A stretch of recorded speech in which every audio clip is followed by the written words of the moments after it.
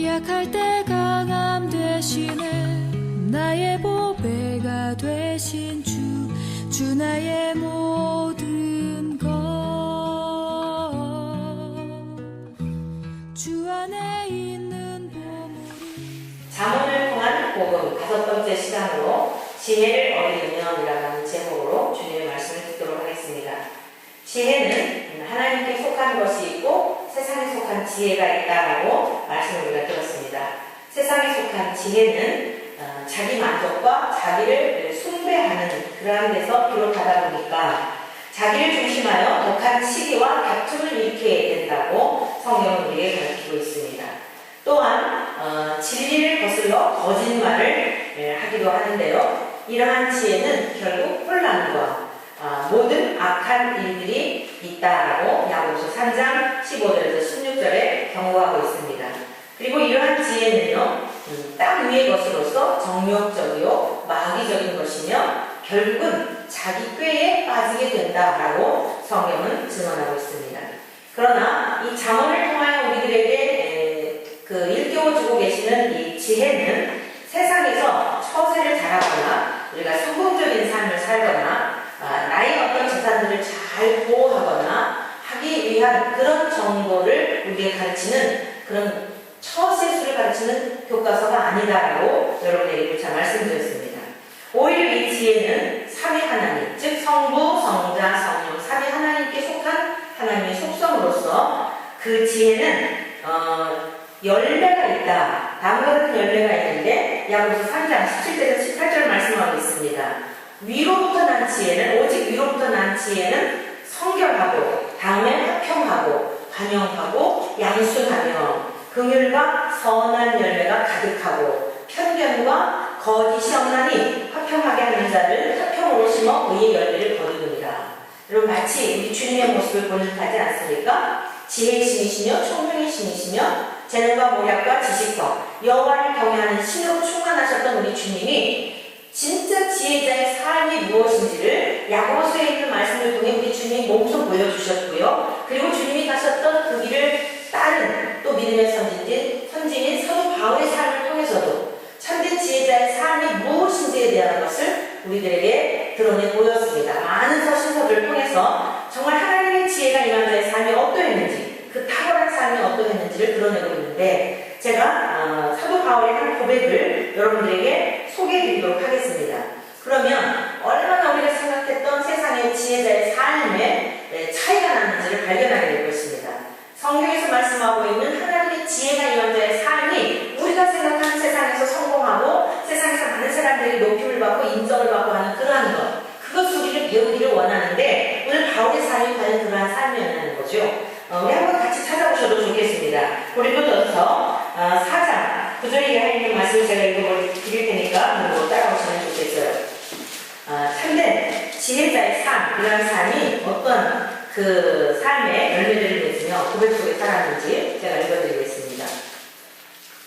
9절, 고린도전서 4장 9절. 내가 생각하건대 하나님이 사도인 우리를 죽이기로 작정된 자같이 끄트머리에 두셨으며 우리는 세계 곧 천사와 사람에게 구경거리가 되었노라. 우리는 그리스도 때문에 어리석으나 너희는 그리스도 안에서 지혜롭고 우리는 약하나 너희는 강하고 너희는 존귀하나 우리는 비천하여 바로 이 시간까지 우리가 줄이고 목마르며 헐벗고 매맞으며 정처가 없고 또 수고하여 친히 서로 일을 하며 모욕을 당한즉 축복하고 박해를 받은즉 참고 비방을 받은즉 권면하니 우리가 지금까지 세상의 더러운 것과 만물의 찌꺼기같이 되었도다.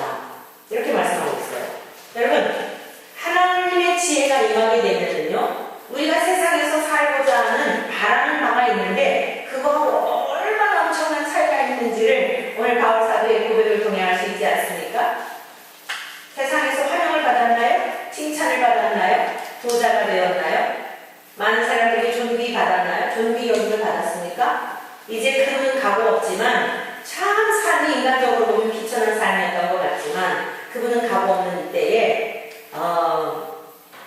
많은 이들이 바울의 신앙을 본받기를 바라고 그래서 바울 신학, 신학자들이 바울 신학을 연구하기를 하고 또 처처에 바울 교회를 세우기도 하고 성지에가 오는 바울교회가 있기도 하고, 여러분 자녀를 낳으면 바울이라고 하는 폴이라고 하는 이름을 지어주기도 하고, 그는 죽고 이미 주님 손에 안겼지만 지금도 살아서 세상적으로 볼 때는 어리석은 자의 삶이었어요. 미련한 자의 삶이었고 천사들과 사람들이고 조롱거리가 되었다는 겁니다. 하늘의 지혜가 임하고 나니까 세상적인 관점으로 보니까 너무 이상한 삶을 살게 된 거예요. 세상 사람들이 볼 때 너무 이상한 거예요. 멸시를 당하고 비방을 받아도 오히려 어떻게 해서든지 이 사람들을 좀 깨우쳐서 참된 내가 믿는 이 예수님께로 돌아와 이들도 영생을 얻기를 바라며, 미련해 보여도 괜찮고 사람들이 어리석어 보여도 괜찮고 침을 뱉어도 괜찮고 돌을 던져도 괜찮은데, 내가 믿는 이 예수님을 이들도 믿어서 함께 영생을 얻기를 바라는 이 전도자의 삶, 이 사도의 삶이 흠모할 만한 삶이냔 말이에요. 오늘 저와 여러분들이 여러분들에게 지혜를 얻으시기를 축복합니다 그랬더니 아멘 하셨는데, 여러분들 하늘의 지혜가 임하게 되면 오늘 사도 바울이 살았던 이 삶처럼 우리도 그 길을 갈 수밖에 없다니까요. 말씀을 듣기 전에 여러분에게 한번 결단을 촉구하며 제가 여쭙겠습니다. 이러한 삶을 살아도 괜찮겠습니까?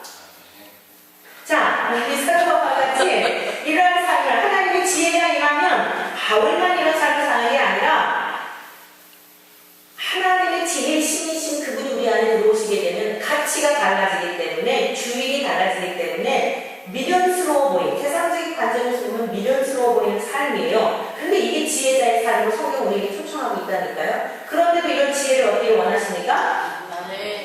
정말 원하십니까? 네. 우리 주님께서 여러분들의 고백을 들으시기를 축복합니다. 네. 우리는 할 수 없지만 지혜의 신이시며 총명의 신이신 주님이 우리 안에 오시면 왜 그렇게 미련한 삶을 살 수밖에 없는지, 왜 어리석은 삶을 살 수밖에 없는지, 사람들이 비아냥거리고 조롱을 하고 세상 사람들이 끄트머리에 하나님께서 오히려 나를 저 밑에까지 버려둔 것 같은 그런 존재로, 가치 없는 존재로 여기지만 얼마나 귀한지를 전 존재적으로 우리가 체험을 했기 때문에 그 일을 할 수밖에 없다는 거예요. 이게 지혜를 얻는 자의 삶입니다. 그래서 오늘 이 시간 저와 여러분들을 그 지혜로운 삶으로 초대를 하는데, 그러면 우리가 어떻게 지혜를 얻기 위해서는 어떻게 해야 할까? 지혜를 얻으려면이라고 하는 제목으로 세 가지를 말씀을 이제 중심하여 주님의 음성을 듣고자 합니다. 자, 세상적으로 볼 때는 어리석어 보이지만 하늘에 속한 이 지혜를 얻으려면 첫째, 저와 여러분들이 들어야 합니다. 자, 지혜를 얻으려면 어떻게 해야 된다고요? 네, 한번 따라해 보시기 바랍니다. 들어야 한다. 네, 믿음은 들으면서 나게 되어 있어요. 다른 방법 없습니다. 하나님의 말씀을 듣게 될 때에 오늘 들었는데 또 못 깨달았어요. 그래도 또 다음 주에 또 들어야 돼요. 그 다음 주에 들었는데 또 못 깨달았어요. 그런데도 계속 듣다 보면 오늘 이 시간, 다음 주 미룰 것도 없어요. 오늘 이 시간 하나님의 말씀을 듣는 중에 지혜의 신이시며 총명의 신이시며 재능의 신이시며 모략의 신이시며 지식과 여호와를 경외하는 신이신 주의 성령님이 저와 여러분들을 사로잡아 주셔서 하나님의 지혜로 충만하기를 축복합니다. 말씀을 듣는 중에. 자, 본문 말씀 20절에서 23절 앞부분까지를, 잠언 1장 20절에서 23절 앞부분까지를 우리 같이 보시도록 하겠습니다. 다 같이 한 목소리로 좀 읽어보시겠어요? 자, 20절. 지혜가 길거리에서 부르며 광장에서 소리를 높이며 시끄러운 길목에서 소리를 지르며 성문 어귀와 성중에서 그 소리를 달하여 부르되, 너희 어리석은 자들은 어리석음을 좋아하며 거만한 자들은 거만을 기뻐하며 미련한 자들은 지식을 미워하니 어느 때까지 하겠느냐? 나의 책망을 듣고. 여기까지만 하도록 하겠습니다. 오늘 여기 본문 말씀을 보니까요, 지혜라고 하는 이 단어가 의인화되어 있죠. 그래가지고 마치 사람이 길거리 광장 같은 데서, 성중에서, 모퉁이에서, 시끄러운 길목에서 막 나를 좀 주목해봐라, 내 얘기를 좀 들어라, 내가 강의하는 것 좀 들어라, 내가 너희들에게 좀 하고 싶은 이야기가 있는데 좀 귀를 기울여라. 그런데 이 어리석은 것들아, 이 거만한 것들아, 이 교만한 것들아, 어찌 내 말을 듣지 아니하고 그리고 각기 너희들 가는 발가운데 그렇게 빠르냐? 그러면서 마치 막 어떤 왕이 거리에 서가지고, 권세 있는 자가 서가지고 아주 중요한 것이기 때문에 좀 너희들이 들었으면 좋겠다, 내 말에 좀 귀를 자기 소리를 외치는 것 같잖아요. 지금 오늘 지혜라고 하는데 이렇게 의인화해서 말씀하고 있는 거예요. 왜요? 지혜는 곧 하나님이시기 때문에, 하나님의 속성이시기 때문에. 이게 무슨 말씀인가 하면 우리가 살아가는 이 세상에서 수없이 많은 사건들을 통하여, 우리가 걸어다니는 많은 길목을 통하여, 세상에 일어나고 있는 자연재해나 인재나 여러 가지 사건들을 통하여 너무 많은 것들을 통해 하나님을 알만한 것을 우리에게 말씀하고 계시다는 거예요. 권세자가 죽어가는 모습을 통해서도 우리에게 교훈해 주시고, 가난한 자가 열심히 개미처럼 열심히 수고하여 그냥 돈을 모아서 그냥 막 부지런하게 모아서 재물을 많이 쌓아가지고 성공해서 성공적인 삶을 살았는데 하나도 쓰지 못하고 그냥 다른 자손에게만 남겨주고 자손들은 그것 가지고 싸우면서 걱정해가고 막 이런 모습들을 통해서도, 권세자들을 통해서도 수도 없이 많은 우리가 하나님을 알만한 것들을 거리마다 시끄러운 장터에서도, 심지어 하늘나는 공중에 나는 새들을 통해서도, 들의 백합화들을 통해서도, 거머리들을 통해서도 하나님은 수도 없이 하나님을 알 수 있는 것들을 말씀하고 계신다는 거예요. 그런데도 전혀 기울이지 아니하고 바람 소리를 통해서도 하나님은 우리들에게 말씀하시면서 바람을 통하여 성령님을 소개하셨잖아요. 바람이 보이지 않지만, 바람이 불어 어디로 갔다가 어디로 가는지를 알지 못하지만 성령의 임함도 그러하다. 너희들의 보이지는 않으나 그분이 존재하는 분이기 때문에 너희들 속에 들어가면 이렇게 변화한 역사가 일어난다.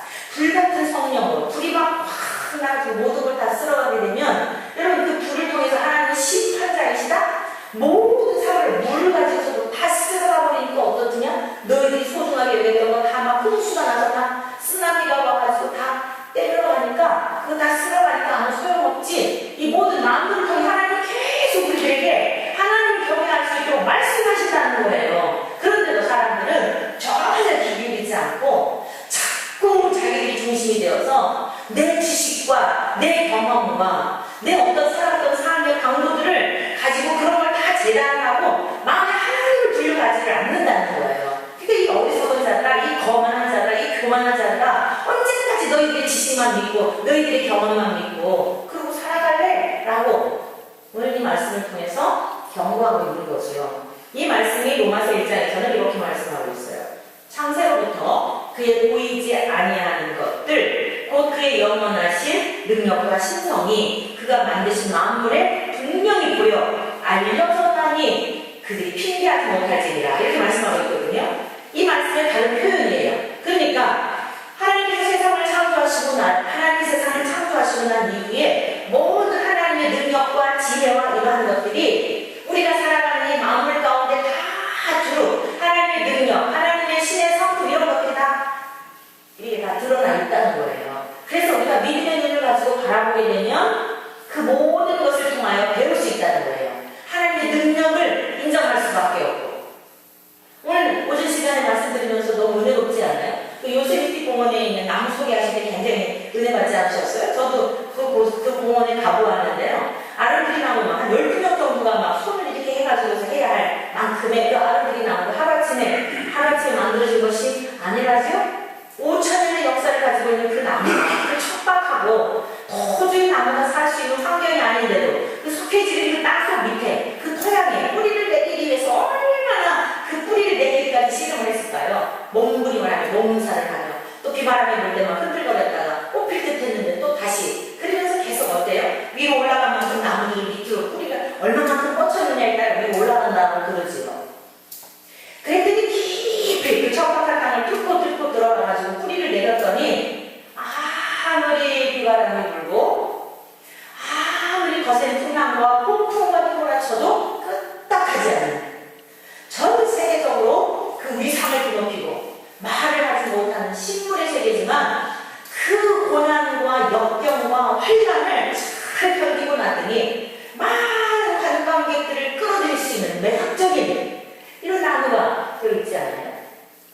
그런 것을 통해서도 우리에게 인내를 가르쳐주고, 우리가 고난을 당할 때 어떠해야 할까를 가르쳐주고, 우리가 힘들고 어려운 삶을 살아가는 중에 어떠한 삶의 태도를 가지고 살아가야 할지를 보여주고, 그건 헛되기였구나, 인내하고 아주 참고 그랬더니 때가 이렇게 많은 관광객들에게 정말 교훈을 주는 이게 전부 하나님께서 이렇게 모든 만물 가운데 하나님의 능력과 신성을 나타내셔가지고 우리가 조금만 귀를 기울이면 너무나 많은 하나님의 말씀을 들으므로 하나님을 경외할 수밖에 없는 정말 하나님의 그 지혜와 능력에 탐복을 하면서 하나님 때문에 감격할 수밖에 없는 그래 정말 어떤 환경이 어렵고 힘든 그런 상황에 부딪혀도 범사에 감사하며 기뻐할 수밖에 없는 왜 그럴까요?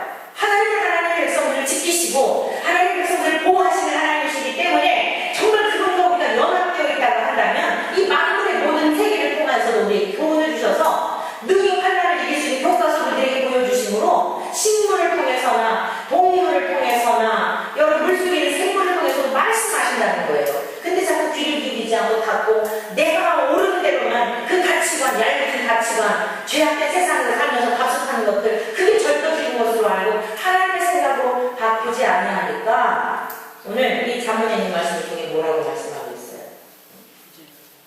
미련한 자들은 지식을 미워하니 이렇게 말씀하고 있잖아요. 성경에서 말씀하는 지식이라고 하는 것은 우리가 세상에서 공부하여 배운 그 지식을 말하는 게 아니에요. 성경에서 말씀하고 있는 지식은 여호와를 아는 지식을 말하는 거예요. 이스라엘 백성이 지식이 없음으로 망하는구나 라고 하셨는데 여러분 그 지식은 하나님을 아는 지식, 아버지의 마음이 무엇인지, 아버지께서 우리를 향하신 계획하시는 무엇인지, 하나님 나를 통해 하나님께서 이루시고자 하는 크신 뜻이 있는데 그것이 무엇인지 이것은요 하나님의 지혜가 임하지 않으면 절대 알 수가 없는 거예요. 그래서 오늘 여기 23절에 보니까 너희가 어느 때까지 그걸 하겠느냐? 23절에 이렇게 말씀하셨죠? 나의 책망을 듣고 라고 말씀하고 있어요.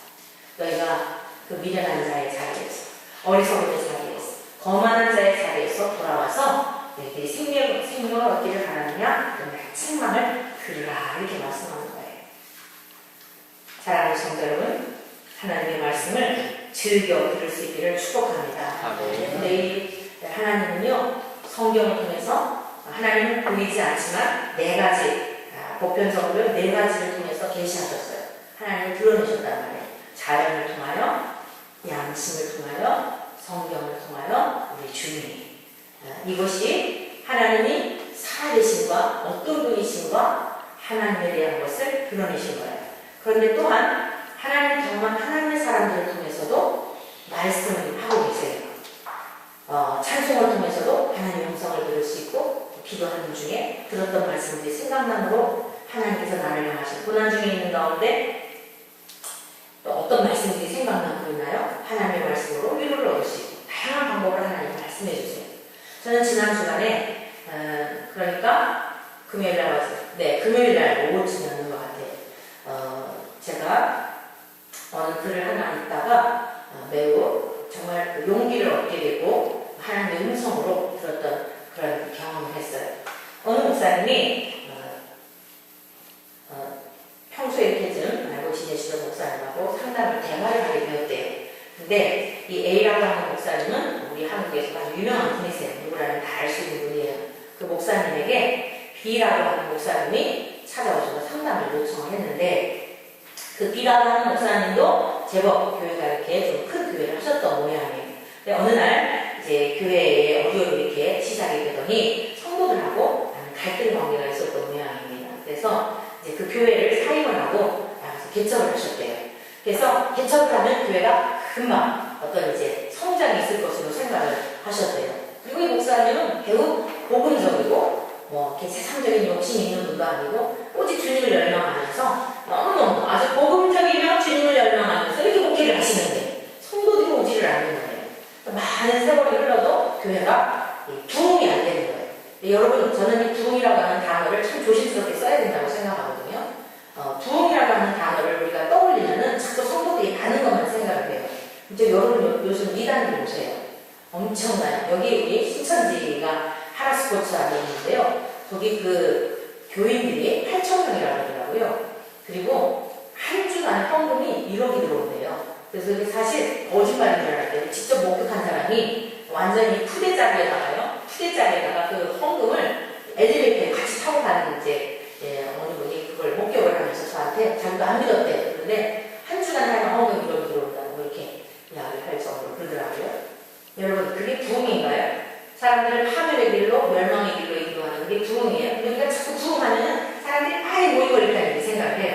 가장 큰 이 B라고 하는 목사님도 그런 부흥이 이제 없다 생각하니까 답답했던 거죠. 이 L라고 하는 목사님에게 상담을 하신 거예요. 그랬더니 이 유명하신 목사님이 뭐라고 대답을 하셨냐면 한번 근원적인 것부터 좀 생각을 해보면 어떻겠냐라고 제안을 하셨대요. 그때 그 이전에 섬기는 교회에서 하나님께서 혹시 교우들과 목회자와 갈등 관계가 있었지만 그때 잘 인내하면서 참고 그 관계를 잘 이렇게 회복하는 것, 이게 하나님이 원하시는 것이었을 수도 있지 않았겠느냐. 그런데 이제 자존심이 상하고 마음도 상하고 하니까 뭐 또 나에게 역량도 있고 나름대로 어떤 그 복음도 분명하고 다른 교회 가서도 목회를 잘 할 수 있으리라. 그러니까 부흥이 될 수 있으리라. 라고 하는 그런 생각과 판단하에 그렇게 했던 것은 아니었겠느냐. 그러나 하나님께서 우리에게 원하시는 것은 내가 이 교회에 더 머물고 싶지만 너무나 평화롭고 너무나 안정적이고 양적인 면이나 경제적인 면이나 모든 면에서도 정말 이렇게 증가가 되고 이래서 참 목회하기도 좋고 하니까 내가 더 머물기를 바라지만 하나님께서 떠나라. 그러면 가야 하는 것이고 내가 너무 힘들어도 정말 그럴 때는 떠나고 싶지만 하나님께서 붙들어 주시고 그래도 인내하면서 견뎌라 하면 가지 않아야 하는 것이 이게 주의 종들이 해야 할 태도가 아니겠느냐. 과연 그때에 정말 하나님께서 그 힘든 중에 그래도 인내하고 더 견디었으면 좋으리라고 하는 그런 주님의 생각이 혹시 있으시지는 않았을까. 근데 내가 마음이 상하니까 그랬던 것은 아니실까. 그래서 오늘 목회에 열매가 없는 것은 아닐까라고 하는 이제 생각을 하시면서 그런 이야기를 드렸대요. 그랬더니 그분도 공감을 하시는 이제 그런 상황에서 그러면 이제 잘못되어진 부분을 주님 앞에 회개하면 되잖아요. 그리고 이제 대화가 마무리된 그 내용을 글에 올린 거예요. 거기에 어느 형제가 댓글을 단 그 내용에 제가 은혜를 받은 거예요. 대부분 그 유명한 목사님의 그 이야기에 공감을 하면서 아주 거기에 다 나도 오늘 열매가 없는 게 아마 그래서 그런 건 아닌가라고 하는 그런 류의 글들을 올리셨더라고요. 그런데 어느 한 형제가요. 목사님이 그렇게 생각하시는 관점도 이해를 못하는 바는 아니지만 저는 이렇게 생각합니다. 하나님께서 에레미야 선지자에게 이스라엘 백성들에게 가서 너 내 이야기를 전해라. 하나님의 복음을 전해라. 그들은 돌이키지 않을 거다. 그렇지만 너는 가서 전해라. 전도가 안 될 거다. 그런데도 너는 가서 전해라. 이렇게 하셨다는 거죠. 그리고 에레미야 선지자는 그 말씀에 순종하여 나가서 전했더니 그 복음을 듣고 돌아온 것이 아니라 회개한 것이 아니라 오히려 박해가 돌아왔고 하나님께서 미리 말씀하셨듯이 한 사람도 회개치 않았습니다. 목사님, 복음이 역시 미국의 조엘 오스틴이라고 하는 우리나라에도 굉장히 많이 알려졌던 사람이죠. 목적 이끄는 삶 해가지고 책도 내서 아주 베스트셀러도 이렇게 하고 했던 그런 목회자인데 전혀 복음이 없어요. 그분은 이제 긍정의 힘을 가지고 적극적 사고를 가지고 이제 교회의 양적인 어마어마한 성장을 이루는 경우죠. 그분 얘기를 하면서 그렇게 전혀 복음이 없이도 십자가의 복음이 없이도 많은 사람들이 모여오는 것을 전도의 열매라고 말할 수 있을까요? 물론 너무나 목회자들이나 교인들이 교회에 많은 사람들이 온 것을 전도의 열매로 생각하는데 정말 복음이 없이 그렇게 온 것을 그거를 열매라고 생각을 하고 당장 눈에 보여지지 않을 때에 그 비라고 하는 목사님처럼 열매가 없는 것처럼 낙심이 되고 그러는 것이 과연 성경적인 것일까요? 제가 생각하는 열매는 순종이 열매인 것 같습니다. 에레미야 선지자에게 전도가 안 될 거다. 그런데 너는 가서 전도해라.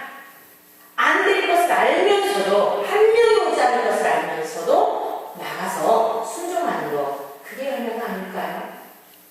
굉장히 제가 은혜를 받았어요. 그러면서 제가 그 글을 읽고 난 다음에 우리 주님의 사역을 묵상해 봤어요.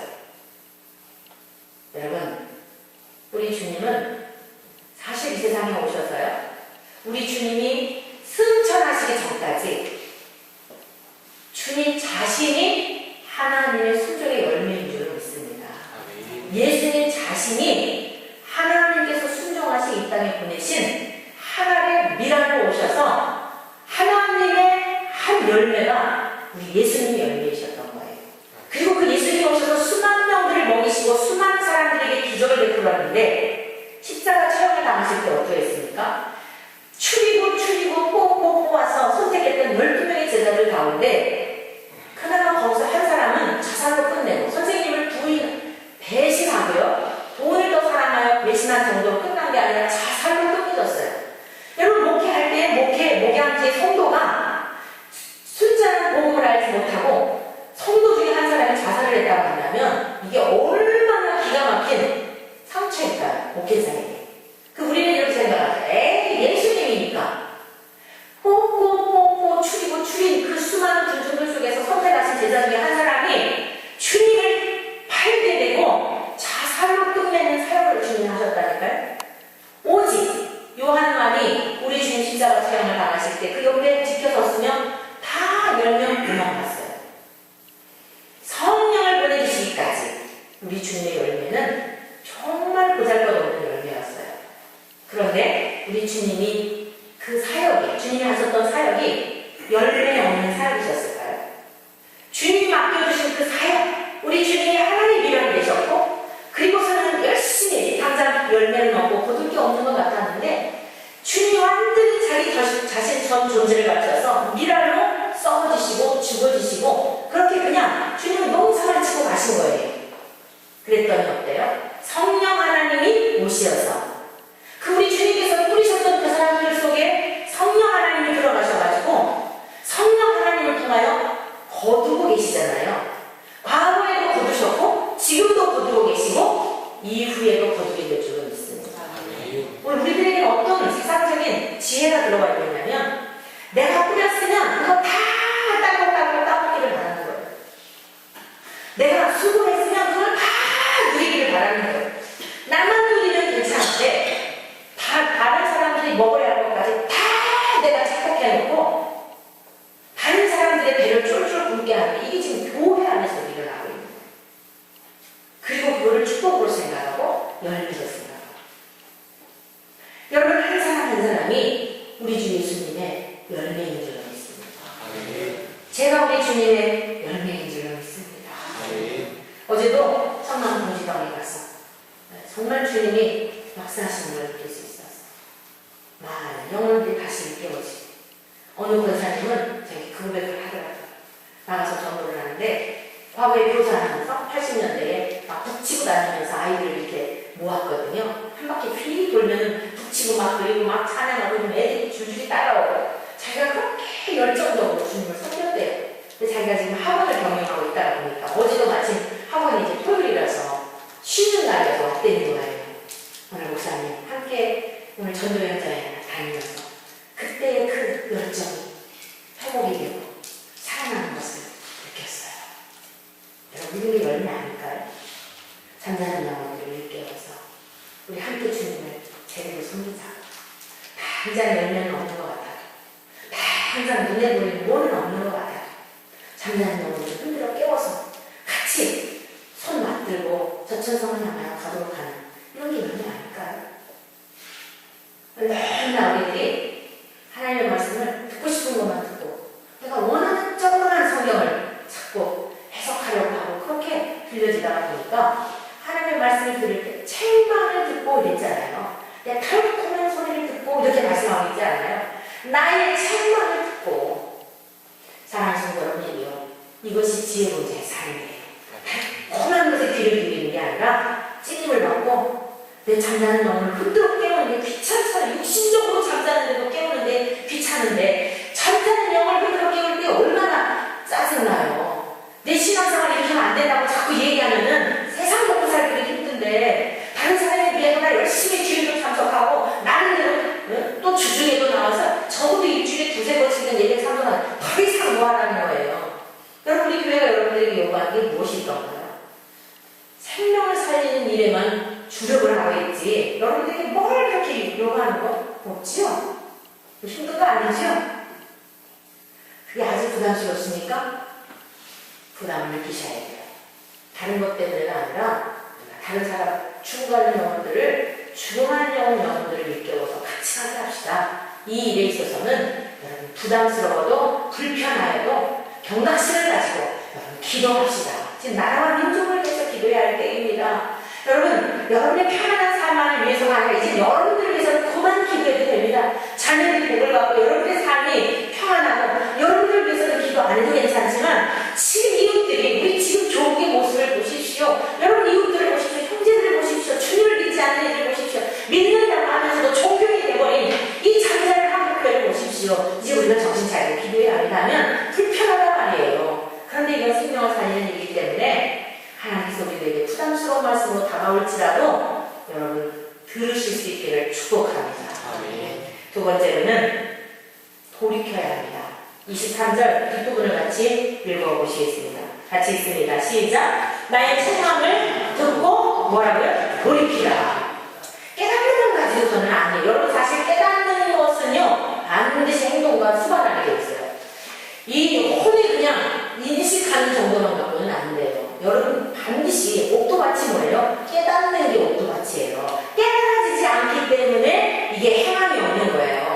그래서 잘 깨달아지지 않으면 거기서부터 기도를 해야 돼요. 깨달아지도록 기도를 해야 돼요. 깨달아지는 건 마치 뭐가 하면 이 예쁘눈이었던 눈이 장님이었던 사람들이 발짝 뜨는 것과 같은 거예요. 그러니까 신천신지를 보게 되지 않습니까? 이 눈을 보지 못했던 사람이 깜깜한 속에 살았던 사람이 눈을 확 뜨게 되면 밝은 광명을 보게 될 거 아니겠어요? 그러면 인식하는 게 달라지잖아요. 응? 이게 말로만 들었던 자 여기 상계동은 어디입니다. 여기 백병원 앞입니다. 아무리 설명해줘도 깜깜한 속에서 이해가 안 되는 거예요. 근데 자기가 눈을 떠서 보니까 그냥 설명이 필요 없지 않아요. 하나님의 세계도 마찬가지예요. 말씀도 마찬가지예요. 이 말씀들이 영적인 능력을 지혜와 계시의 영이라고 말씀하고 있어요. 에베소서 1장에 사도 바울이 에베소서에 그걸 기도하고 있는 거예요. 사랑하는 성도들 여러분들에게 지혜와 계시의 영을 즉 성령님이죠. 우리에게 부어주시게 되면 마음의 눈을 밝혀주셔가지고 보이지 않는 하나님의 나라를 보는 것처럼 믿게 되고 이 문자적으로 쓰여져 있는 말씀이 속에 감추어져 있는 그 막 비밀들이 모아들이 발견이 되면서 막 모아를 짓는 즐거움. 삼풍백화점이 무너졌을 때 거기 가가지고 고속집에 가서 막 다른 사람 죽어가는 그거 죽는 재미가 아니고요. 하나님의 말씀이 깨달아지면서 그 신비스럽고 놀라운 그 지혜의 말씀으로 깨달아질 때에 그게 바로 꿀송이처럼 시편 119편에 나오는 주의 말씀의 맛이 어찌 그리 내게 단지요. 그냥 말씀이 꿀송이처럼 달아서 세상에 부러운 게 없는 거예요. 그냥 그 양식이 충만해져서 우리 주님께서 내가 양식이다 그랬잖아요. 내 살과 피를 먹고 마셔라 그랬죠. 나는 생명수다 이랬잖아요. 내 영생수를 마시게 되면 목마르지 않는다. 세상의 물은 또 목마르지만 내 물은 목마르지 않는다. 이렇게 지혜신이 임하시게 되면 어린 아이일지라도 에레미야서에 말씀하고 있어요. 작은 자일지라도 큰 자일지라도 깨닫는다는 거예요. 공부를 많이 해서가 아니에요. 가방끈이 길어도요. 아주 답답한 경우가 있어요. 아까 그랬잖아요. 미련한 자들아, 거만한 자들아, 언제까지 내 말을 듣지 않고 그러겠느냐? 이 세상의 지식하고는 차원이 달라요. 그래서 우리에게 다 가능성이 있는 거예요. 이 하나님의 지혜신, 하나님의 영이 빡 들어오기만 하면 그 지혜를요, 당할 자가 없는 거예요. 그 사람의 능력이 아니라 하나님의 지혜가 하나님의 사람 속에 들어가니까 하나님의 것을 말할 수 있지 않겠습니까? 그래서 다른 사람을 하나님의 것으로 생명을 살려내는 거예요. 인간의 지식은 설득하고 하는 한계가 있지만 생명력이 없지만 하나님의 지혜는 들어갑니다. 오늘 저와 여러분들에게 하나님의 책망의 말씀을 듣고 방향을 돌이키는 거예요. 내가 옳다고 생각했던 방향을 전환하는 거예요. 이게 바로 회개예요. 스스로 돌이키면서 그렇지. 지혜롭다고 생각하는 그것도 십자가에 나가도 내 교만이구나. 주님 아직도 제가 이 교만한 쓴뿌리가 있습니다. 주여 주의 영으로 충만하게 도와주셔서 예수의 거룩한 영 주의 성령으로 하나님의 거룩하신 영으로 저를 사로잡아 주셔서 아버지의 것을 알 수 있게 해주십시오. 그리고 나를 의지했던 이 삶의 태도 방향을 바꾸는 것입니다. 여러분 마태복음 24장 38절 39절에 우리 주님께서 노아 홍수 시대의 이야기를 예를 들어서 말씀하고 계신데요. 노아 홍수 시대에 사람들이 얼마나 타락하였는지 시집가고 장가가고 먹고 마시면서 다 홍수에 어떻게 멸망하기까지 깨닫지 못했다는 거예요. 그래서 우리 주님이 오실 때도 그와 같을 것이다라고 예고하셨어요. 무뎌진다 이거예요.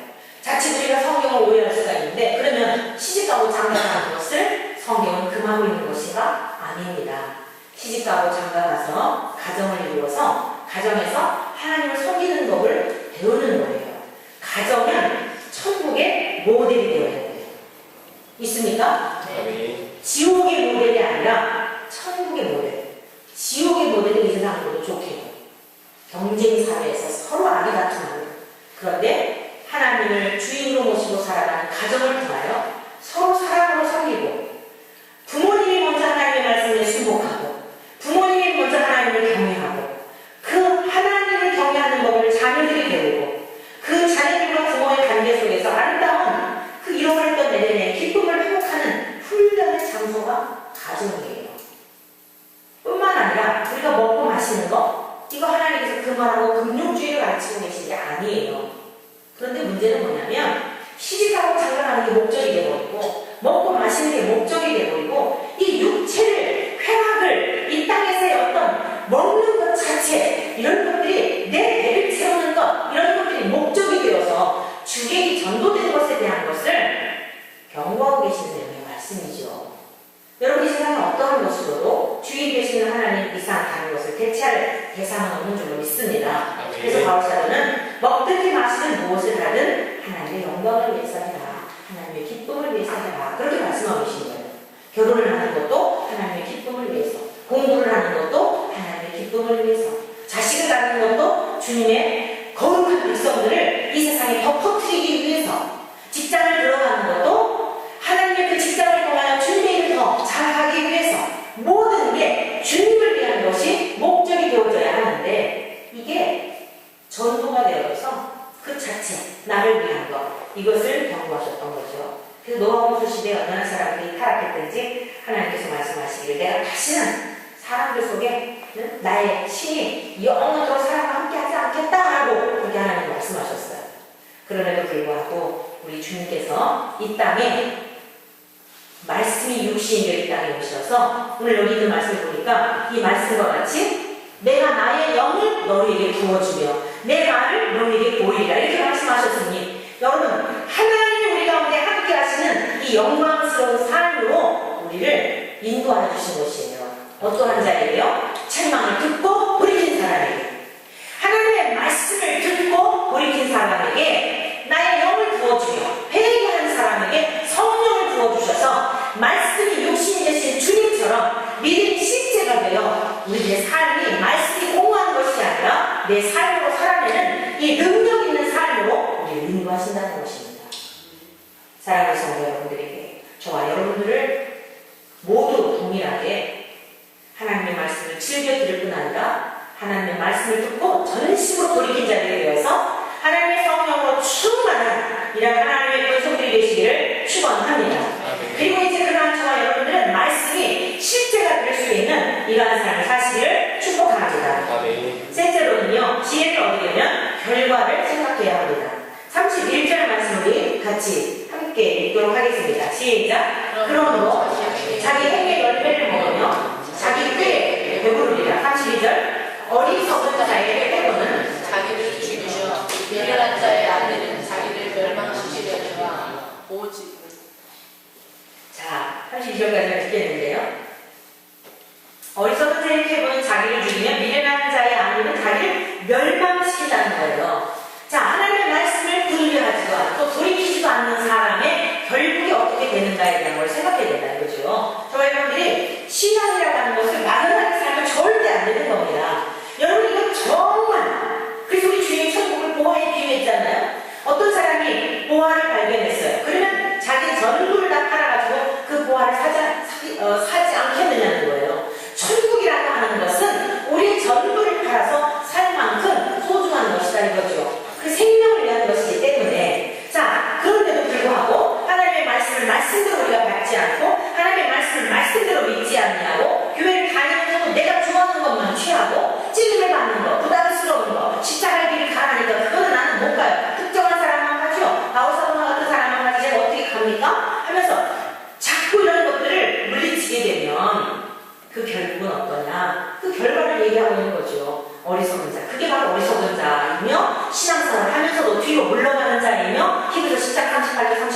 말씀하고 있죠. 하나님은 뒤로 물러가 침실에 빠질 자를 기뻐하시지 않는다는 거예요. 우리 신앙은 계속 앞으로 나가서 신앙의 진보를 가져와야 하는 거예요. 이 정도만 믿으면 됐지. 여러분 결코 그런 신앙이 없습니다. 이 정도를 믿으면 이 정도면 됐지가 아니고요. 우리는 끝까지 주님 나라 갈 때까지 계속 뒤돌아보지 말고 아무리 열심히 믿었더라도 여러분 헌신과 뭐 업적이 많더라도 전혀 그 기억하지 말고 여러분이 전도 열매를 많이 맺었더라도 그것 가지고 만족하지 말고 정말 뒤의 것을 잊어버리고 나는 날마다 주노라 자아를 죽이면서 우리 주님의 고난에 동참하기 위하여 한 걸음 한 걸음 앞만 보며 달려나갈 수 있기를 축복합니다. 아멘. 이게 그리스도인들의 삶의 태도가 되어야 되는 거예요. 왜 그렇다고요? 자기 꾀에 자칫하면 빠질 수 있기 때문에 삐그덕하면 추락할 수 있기 때문에 천국 갈 때까지 아무도 안심할 수 없는 것입니다. 그래서 우리가 지혜를 얻으려면 내가 이렇게 신앙생활을 해서 어떻게 될까? 저 앞자락을 한번 바를 필요가 있어요. 내가 이 정도로 지금 기도 생활을 하고 경건한 생활을 하고 내 삶의 중심이 지금 어디에 무게가 지금 실려있나 이거를 운전하다가 브레이크 밟듯이 우리 신앙 스스로 체크해볼 필요가 있어요. 내 언어 생활은 어떤가? 너희는 나를 본받으라. 하나님이 거룩하신 것 같이 너희도 거룩하라 하셨는데 내가 지금 거룩한 삶의 열매를 맺고 있는가? 너희는 열매를 맺어라. 내가 너희를 부르면 열매를 맺으려고 불렀는데 내가 주님께 내어드릴 열매가 뭐가 있나? 날마다 회개에 합당한 열매를 맺고 있나? 내가 입술의 열매를 맺고 있나? 찬송의 열매를 맺고 있나? 생명의 열매를 맺고 있나? 성령의 열매를 맺고 있나? 아무것도 내용을 게 없으면 정신을 바짝 차려야 되는 거예요. 어리석은 자의 회고의 길을 가고 있기 때문이에요. 그러면서 오늘 여기 말씀하고 있죠? 자기 꾀에 배부르고 32절에는 미련한 자의 아밀은 성경은 계속 지혜로운 자와 미련한 자를 대비시키고 있는데 미련한 자의 아밀은 뭐라고요? 자기를 멸망시킨다는 거예요. 하나님의 내 삶의 중심으로 모시지 않고 자기 자신이 중심이 되어 내가 신이 되어 내가 모든 것의 가치의 중앙 중심에 놓고 살아가는 사람들 이게 미련한 자로 성경 말씀하고 있다는 말씀입니다. 하나님의 주인이 아니고 하나님을 아는 지식을 멸시하고 살아가는 이러한 사람들 결국 어떻다고요? 멸망한다는 거예요. 그러니 우리가 지혜를 함부로 여길 수 있겠어요? 여러분 단순히 세상에서 처세를 잘하기 위한 정도로 지혜를 그렇게 가볍게 말씀하고 있는 게 아닌 것을 아시겠지요? 자, 그렇다고 한다면 오늘 저와 여러분들이 정말 감사한 건 무엇인가 하면요 저와 여러분들이 정말 감사한 것은 오늘 24절부터 30절까지 좀 읽어보고 그 말씀을 드리도록 할게요. 우리가 지금 은혜 받을 때이기 때문에 감사한 거예요. 구원을 받기 때문에 감사한 거예요. 우리들의 모습이 이와 같은 삶일 수 있어요. 24절부터 30절까지 자, 내가 불렀으나 너희가 듣기 싫어하였고 내가 손을 폈으나 돌아보는 자가 없었고 도리어 나의 모든 교훈을 멸시하며 나의 책망을 받지 않하였은즉 너희가 재앙을 만날 때 내가 웃을 것이며 너희에게 두려움이 임할 때에 내가 비웃으리라. 그러니까 거만하고 교만하고 자기 중심이 되어 살아가는 미련한 자, 어리석은 자에게는 그것으로 이 세상에서 끝나는 게 아니라 반드시 결과가 있다는 겁니다. 그 뿌렸던 것들에 대한 결과가 있는데 그때는 하나님을 찾아도 만날 수가 없다는 거예요. 재앙이 와도 피할 수가 없다는 거예요. 두려움이 광풍같이 임해도 해결할 자가 없다는 거예요. 하나님이 돕지 않으시겠다는 겁니다. 뿐만 아니라 그때의 18절 너희가 나를 부르리라 그래도 내가 대답하지 않으겠고 부지런히 나를 찾으리라 그래도 나를 만나지 못하리니 왜요? 이유를 설명하고 있어요. 20절 다 같이 씁니다. 시작. 해서 너희가 지식을 미워하며 여호와 경외할 일을 기고하지 아니하며 나의 교훈을 찾지 아니하고 나의 모든 책망을 없이 여겼기 때문에 이렇게 말씀하고 있는 거예요. 그래서 우리는 내 신앙의 자리를 돌아보며 이렇게 신앙생활하다 결국에 어떻게 될 것인가를 미리 예측하며 경각심을 가지고 우리의 태도를 바꾸고 돌이켜야 할 필요성이 굉장히 중요하다는 것을 오늘 시간 여러분 결심하실 수 있기를 축복합니다. 여러분 우리가 살아있는 게 너무 감사한 것 오늘 이 자리에서도 이 말씀을 드리며 감사한 건 뭐예요? 고린도서 6장 2절에 말씀하고 있는데 내가 은혜 베풀 때에 너에게 듣고 구원의 날에 너를 도왔다 하셨으니 보라 지금은 은혜 받을 만한 때요 보라 지금은 구원의 날이로다. 아멘. 네, 어리석고 미련한 우리들 거만하게 짝이 없고 표만의 쓴뿌리로 가득한 우리들에게 이 시간도 주의 말씀을 통해서 우리를 책망하여 주시고 권고하여 주시고 교훈하여 주시는 이게 바로 은혜의 때예요. 구원의 날인 줄 믿습니다. 정말 우리의 신앙을 이제 날씨가 점점 무더워지는데 이런 때일수록 지혜로운 농부는 어때요? 추수 때에 불신하기 위해서 여름날에 열심히 충성하는 이게 지혜로운 하나님의 본속들의 삶이에요. 그래서 충성된 사자는 여름날에 얼음 냉수와 같다고 하였습니다. 저와 여러분들의 영혼의 농사를 잘 짓고 많은 생명의 열매를 주님 앞에 내어드리도록, 아니 주님의 그 열매를 친히 거두시도록 더욱 부지런하게 성실하게 주님의 말씀을 사랑하고 주님의 말씀을 더욱더 마음에 품고 우리의 그릇된 태도를 돌이키고 더욱 점점점 자라갈 수 있는 저와 여러분 되시기를 축복합니다. 그러한 자에게 약속하신 말씀 33절 함께 읽고 기도하겠습니다. 다음 목소리 읽습니다. 시작. 오직 내 말을 듣는 자는 가만히 살며 재앙의 두려움이 없이 안전하리라. 예수 어린 양 존귀한 이름 예수